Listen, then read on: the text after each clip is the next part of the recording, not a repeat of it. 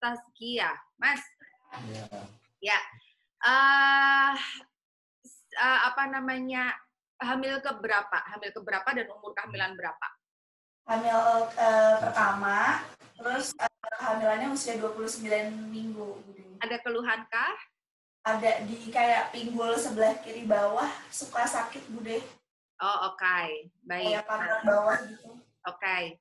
Kalau Mas Saula ada keluhan nggak ke istri? Apa yang kamu amati di istrimu? Lagi doyan makan. Doyan makan, oke. Iya,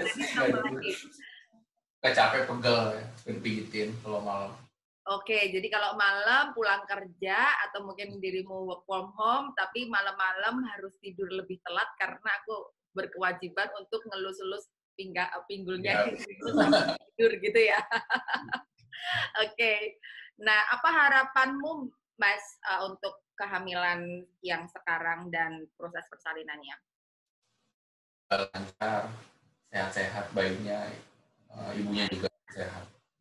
Oke, sip. Thank you buat kehadirannya hari ini ya, Mas ya. Satu lagi ke Mas Yudit Puspa, Mbak Yudit Puspitarani. Mbak Yud, ya. Apa namanya, hamil keberapa, umur kehamilan berapa minggu? Hamil pertama, 28 minggu. 28 minggu. Ada keluhan apa? Sesekali back pain, cuman sesekali aja, terutama mau wake up dari tidur di hari. Udah sih itu aja kayaknya. Kalau Mas Yudit, Mas, apa namanya, apa harapanmu untuk persalinan ini dan kenapa kamu mau ikut sih? Oh, sehat biar tetap harapannya ya bisa lahir sehat nanti anaknya dan ibunya juga sehat. Lalu kenapa mau ikut? Dipaksakah? Ya mau ikut ya melihat aja. Oke. Bisa mendukung juga gitu. Oke, good. Nah, aku mau tanya sekarang pakai semuanya untuk bapak-bapak terutama yang pernah yoga siapa? Ada? Oh, nggak ada. Terus olahraganya apa? Futsal? Futsal atau basket atau fitness gitu? Atau olahraganya ngegame? Olahraga jempol gitu ya. Karena sebagian besar kalau pas aku kelas kelas seperti ini, kelas couple, rata-rata justru bapak-bapak itu jarang sekali olahraga. Kemudian rata-rata bapak-bapak itu malah kaku banget badannya. Kita lihat nanti ya, gitu kan. Jadi kita yoga sama-sama, kemudian nanti saling adjust. Jadi kalau saling adjust berarti apa namanya, saling mengadjust badan gitu kan, sehingga tahu apa yang harus dilakukan gitu kan. Cuman kita masuk ke teori dulu sebentar. Ini adalah faktor-faktor yang mempengaruhi kelancaran proses persalinan. Jadi kalau misalnya aku sharing tentang faktor-faktor yang mempengaruhi kelancaran persalinan, aku yakin saat ini semua suami tanpa kecuali harapannya adalah istri melahirkan dengan lancar, sehat, anak juga lahir dengan lancar dan sehat, apapun caranya. Gitu. Semua gerakan nanti harus menciptakan ruang belakang. Jadi ada 3 poin yang harus Anda perhatikan. Yang pertama adalah kaki dan paha, kaki, lutut, dan paha. Yang kedua adalah panggul. Yang ketiga adalah spine, tulang belakang. Jadi 3 poin ini yang harus Anda perhatikan nanti pada saat melakukan gerakan yoga. Jadi kalau misalnya kita bicara tentang alignment, aku stop dulu di sini. Oke. Nah, semua ada tali nggak? Atau ikat pinggang? Ada? Ada strap atau ikat pinggang? Oke, kalau ada silahkan ambil. Bentar, kita sambil lihat. Jadi suamimu yang mesti ngerti apa itu alignment, gitu kan? Coba. Lalu, habis itu Anda lihat saya dulu. Jadi, ketika seorang ibu berdiri, berasal dari pose yang sangat sederhana, yaitu bagaimana dia berdiri, gitu ya. Bagaimana dia berdiri, Mbak? Mulai di tunggu, aku sambil nunggu teman-teman untuk untuk apa nyiapin alatnya, bikinin aja deh. Karena kita kan sendiri. Yes.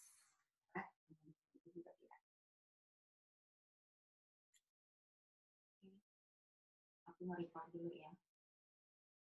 Oke, sip. Yes.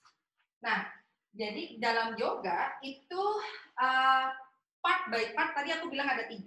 Yang pertama adalah kaki, lutut, dan pangkal paha. Itu adalah satu bagian. Yang kedua adalah panggul.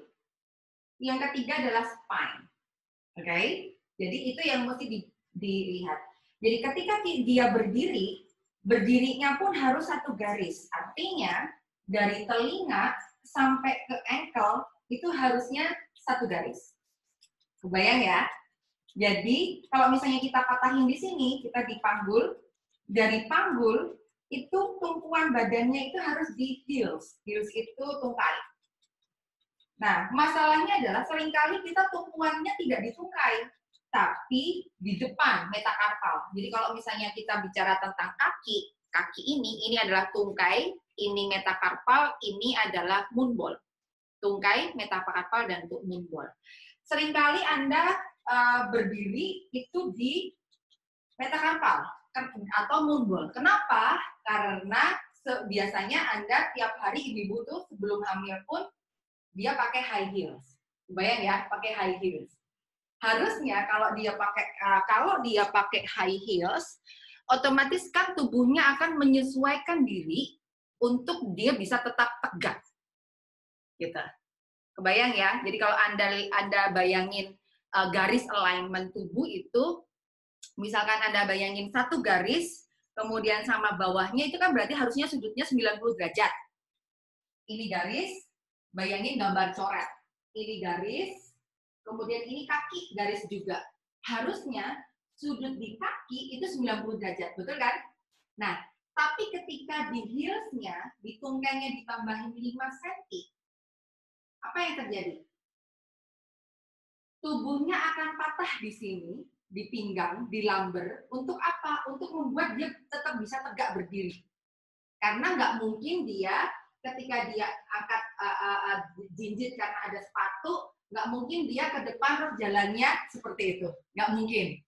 Pasti dia akan menegakkan badannya dan berusaha untuk bangun berdiri. Betul? Dan orang berpikir bahwa kalau semakin high heels, semakin dia pakai heels yang tinggi, dan dia jalan kayak Saskia Gotik begini, megal-megal bokongnya, orang berpikir itu seksi dan bagus. Padahal sebenarnya itu salah. Karena apa? Otomatis terjadi kompresi di bagian lumbar. Lumbar itu adalah pinggang. Makanya kenapa artis-artis, kemudian Anda yang rajin sering pakai high heels, keluhan paling banyak itu adalah di back pain. Karena apa? Di situ kekompres setiap hari. Nah, sekarang untuk ibu hamil gimana? Sama. Ibu hamil ketika dia berdiri harusnya tumpuannya di seluruh kaki. Dan tumpuan paling banyak harusnya di mata kaki. Tapi apa yang terjadi ketika hamil trimester pertama, dia masih bisa lurus nih. Tapi begitu hamil trimester kedua, dia udah mulai maju. Karena perutnya berat. Hamil trimester 3, dia tambah nonggeng lagi. Tailbone-nya nonggeng, perutnya jadi tambah maju. Sehingga jalannya itu bisa kayak gini nih, jalannya. Bisa ngebayangin nggak saya jalan ya? Anda lihat saya jalan, jalannya kayak gitu. Kebayang? Jadi ininya nonggeng, perutnya itu gantung ke depan, sehingga center of gravity-nya, gravitasi buminya, tumpuan gravitasinya jadi di simfisis.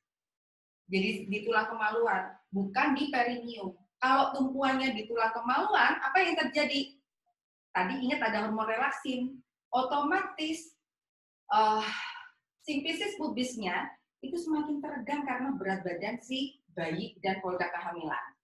Itulah kenapa Anda mengalami yang disebut simfisis pubis dysfunction. Jadi pangkal paha sakit, kayak gitu kan? Kemudian semuanya sakit, gitu. Oke, ketika Anda inhale dan exhale, coba pada saat inhale benar-benar rasakan seberapa dalam dan lembut nafasku, Lalu pada saat exhale, dirasakan juga seberapa panjang dan dalam nafasku juga. Lalu inhale, exhale turunin. Oke, sekarang kita coba. Istri dulu. Sekarang kita coba istri dulu yang melakukan ya. Sekarang suami beranjak, lihat istrimu coba. Lurusin kakinya. Istri-istri. Agak ke sini, Mbak. Agak mundur juga. Supaya kelihatan. Oke. Kemudian tadi Anda punya balok ya, atau punya apapun, buku atau apapun, letakkan di telapak kakinya dia. Jadi atau buku atau apapun untuk ukur. Jadi ini kaki harus fleksi. Fleksi itu dibawa ke arah dia. Oke, kebayang? Nah, terus tempurung lutut otot paharinya harus kencang. Coba pegang pahanya istrimu. Pahanya kenceng nggak? Tempurung lututnya udah hilang belum? Karena kalau tempurung lututnya masih nonjol, berarti belum kerja dia. Jadi tarik lagi kakinya ke arah pangkal paha, kemudian pahanya depan ini kenceng banget. Rasa ya? Nah sekarang pindah ke belakang, suami-suami pindah ke belakang ke area punggung. Nah, aku dari samping ya, bapak-bapak ke belakang, supaya Anda lihat. Kedua tangan naik ke atas. Istrinya kan tadi kedua tangan naik ke atas kan? Terus pegang pergelangan tangannya. Oke. Pergelangan tangannya pegang. Lalu kakimu di area dengkul ini pegang area spine. Jadi tarik ke atas, panjangin, spine-nya diurutin sampai naik ke atas. Jadi movement-nya adalah dari dengkul bawah, dengkulnya naik ke atas ke area spine. Jadi dia panjang. Kakinya harus kencang. Sehingga kaki kanan dan kiri tubuhnya panjang. Oke? Ngerti? Tahan 3 siklus nafas, inhale, and exhale, lepasin, relax. Oke, kita coba sekali lagi, aku akan cek.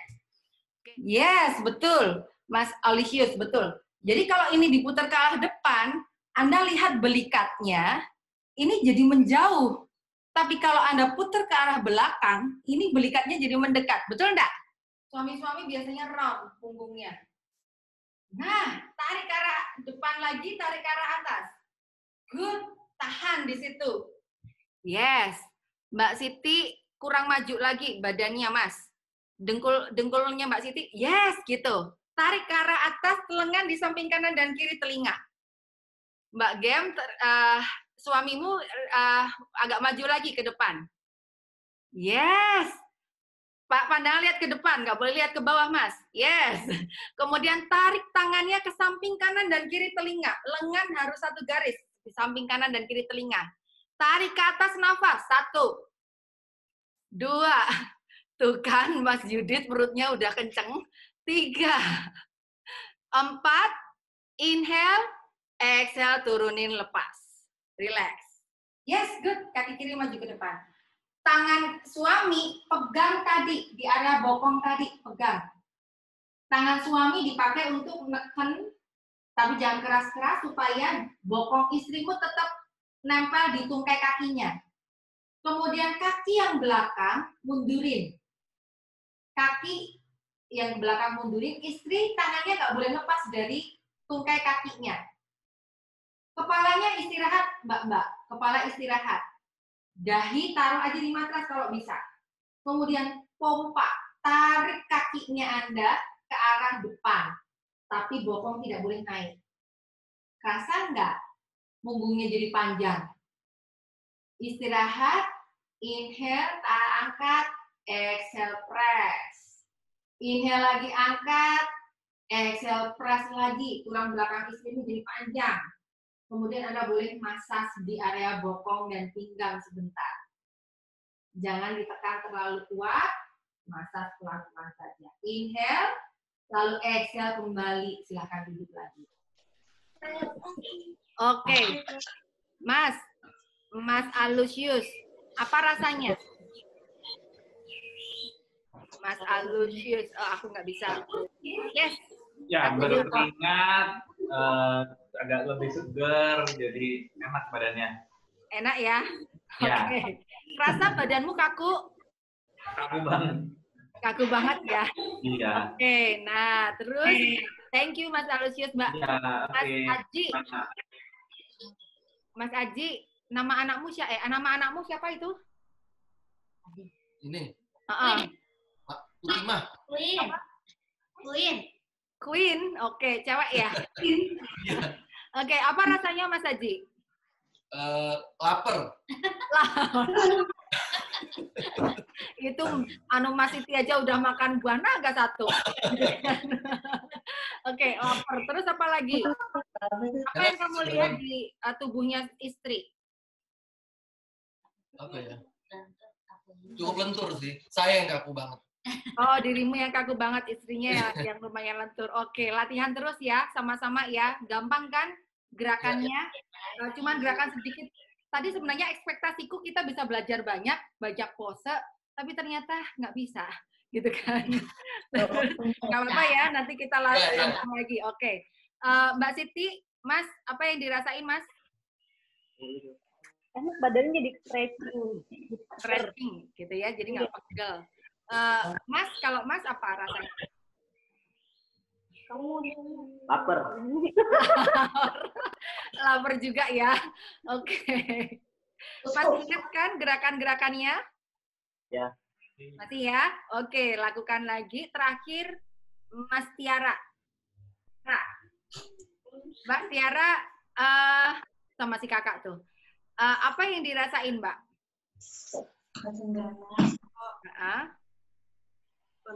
Lebih apa? Lebih tadinya pegel-pegel jadi udah mendingan. Lagi mendingan ya. Kalau Mas, apa yang dirasain? Pegel. Pegel. Gak pernah olahraga sih. Pegel semua. Oke, kebayang ya. Jadi gerakan tadi bisa dilakukan untuk ibu hamil maupun tidak hamil sebenarnya.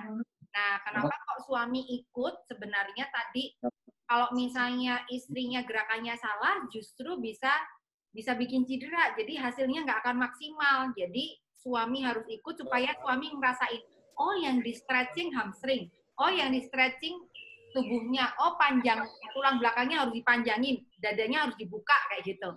Setiap gerakan tadi bisa ditahan, posenya maksimal 1 menit.